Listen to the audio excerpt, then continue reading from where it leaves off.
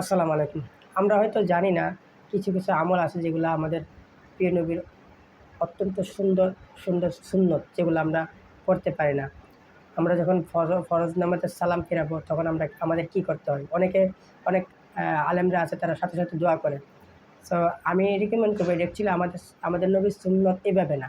সাথে, সাথে দোয়া করাটা এটা আমাদের নবীর সুন্নত না। আমাদের নবীর সুন্নত হলো সালাম ফেরানোর সাথে, সাথে আপনি একবার আল্লাহু আকবার, ৩ বার আস্তাগফিরুল্লাহ, আস্তাগফিরুল্লাহ, আস্তাগফিরুল্লাহ বলবেন। এবার সুবহানাল্লাহ ৩৩ বার, আলহামদুলিল্লাহ ৩৩ বার, আল্লাহু আকবার ৩৪ বার। এই আমলগুলা করলে এগুলা আমাদের নবীর সুন্নত এবং এগুলা হাদিস প্রমাণিত।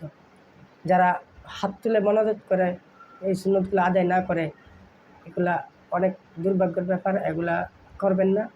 নবীর সুন্নতগুলো আদায় করার চেষ্টা করবেন। আশা করি আপনারা বুঝতে পারছেন। আসসালামু আলাইকুম।